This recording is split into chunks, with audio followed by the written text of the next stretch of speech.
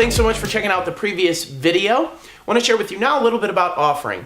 Now, I know offering sometimes is this word that kind of comes across as something that's sensitive, and we're not sure because it makes students feel like these words called sacrifice and selflessness and giving are ones that should be in their vocabulary, and they should. So this is why offering is important, and not only that, it helps us keep the lights on and helps us continue to do what we believe God's calling us to do.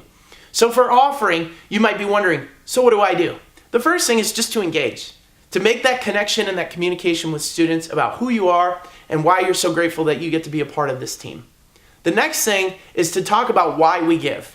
It's important for us to talk about why we give because as leaders, we know why, but we want to help communicate that to students in a simple but yet profound way.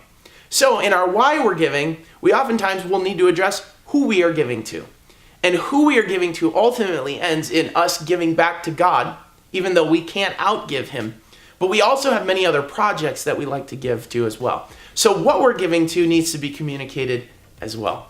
Things like Speed the Light, which is our missions arm of what we do in youth, or our general fund, which is a part of helping make this church continue to run, or maybe some special project that we're involved in and invested in that we want to help give to.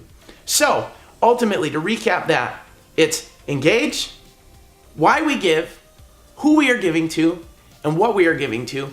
And ultimately, you will conclude that time to pray. To make sure that you pray so that they know that ultimately this is sealed by God as something that we need to do as an act of worship. So what do I do before offering? You'll notice on Planning Center that there's always two people set up for offering.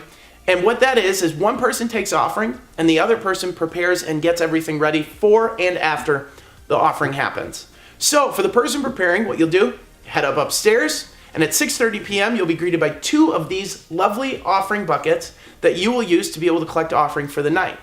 You're more than welcome to set them up and get them on the stage, or what I like to see, hand them out to a student that can stand at the front and collect the offering that you know isn't going to try to dip their hand in there and take some of it away.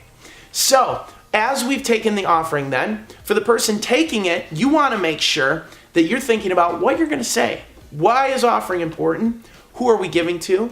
What are we giving to? And to make sure you have all of those lines set up and ready to go so that you feel comfortable and ready to take offering. For the person who's prepared the offering, what you're going to do is after the offering is taken, you will collect the buckets, you will head down to my office, which will be open, and you can go ahead and deposit the money in an offering envelope, and then just go ahead and put youth offering on that envelope, put the dollar amount on it, and then you can leave it in one of my drawers in my desk. So when I come in Thursday morning, I can open up my desk drawer, grab the envelope, hand it over to our accountant, and get everything squared away. So that's what happens before offering. To recap, for the person who's giving offering, think about what you're going to say.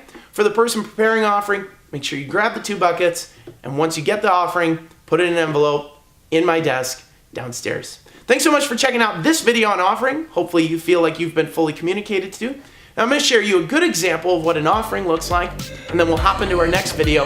I'll see you then.